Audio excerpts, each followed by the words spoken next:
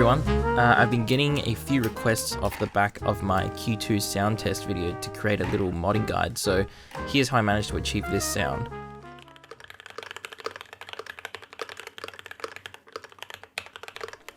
The key difference with my board, I think, is the deep poppy sound it gives, and this is done thanks to a pretty specific foam.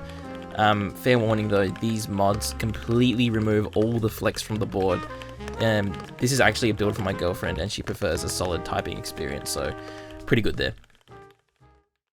So what I have here is the bare bones version with the dial. We're keeping it super budget, so I'm trying these TTC golden browns. It's a relatively unheard of switch. Well, from my experience, I couldn't find it anywhere. But they're a bit of a more refined version of the Cherry MX brown, so tactile and not clicky. I grabbed them secondhand, already lubed, for around $35 but the V3 model is currently on KBD Fans for $5 US per 10 switches. Kept the OEM stabs again for budget, but I've already lubed the stabs with 205 grade 0. So the first thing to do is to take apart the board. Be careful because it's connected to the USB-C port with this daughter board. Just make sure you don't snap it. I personally did away with the weird plastic sheet which I've lost, so also did away with this thin layer of foam. It wasn't really doing a lot. Cool, so now to modding. I removed the PCB from the steel plate thanks to these very nicely marked out screws, and once removed, the whole assembly should come apart. Now, if you wanted to lube your stabs, this would probably be the best time. There's so many good tutorials out there on how to lube stabs, so I'll link a few below. I'm really fresh to keyboard, so if I try to give a tutorial, it'll probably lead you the wrong way or something like that. Next, I used the original case foam as a template to cut out a sheet of PE foam.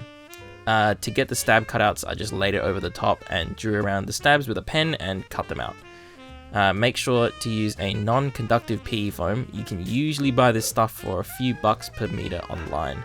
So you just want to lay it over the top of the PCB, then reassemble it with the plate and the plate foam.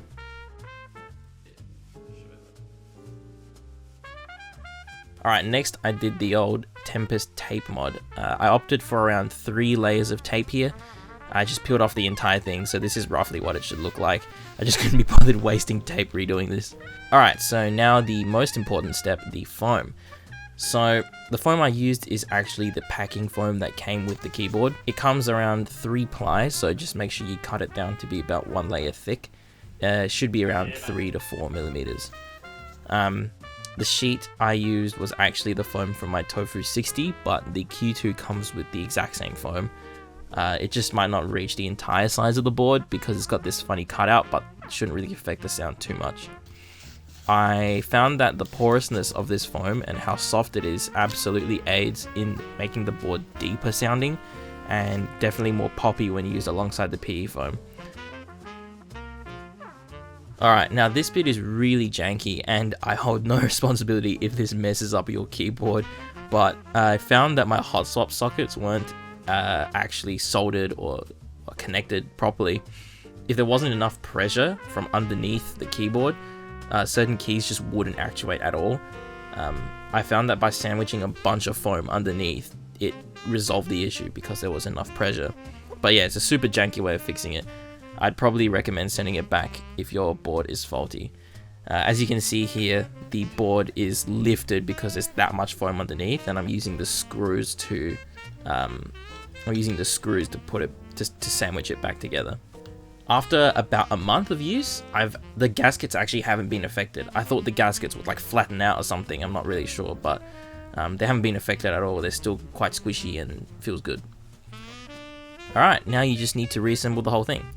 Screw the bottom back on, mount your switches and keycaps, and you're good to go.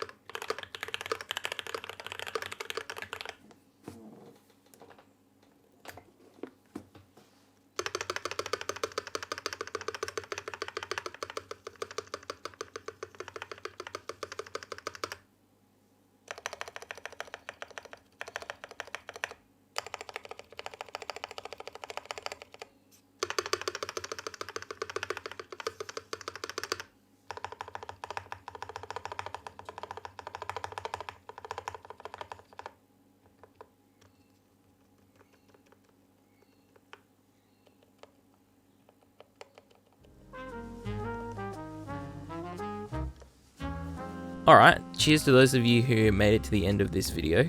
Just wanted to say a huge thanks for helping me reach 100 subs. It's been busy times here, working hard to set up the office, building new PCs, organising camera stuff, so being able to make these little keyboard videos has been an absolute treat. Let me know if anyone wants to see videos about the office or anything, how or why we even have this or whatever. Always happy to share. Feel free to hit me up on my socials, link below, but for now, drop us a sub if you'd like, and I hope to see you soon. Cheers.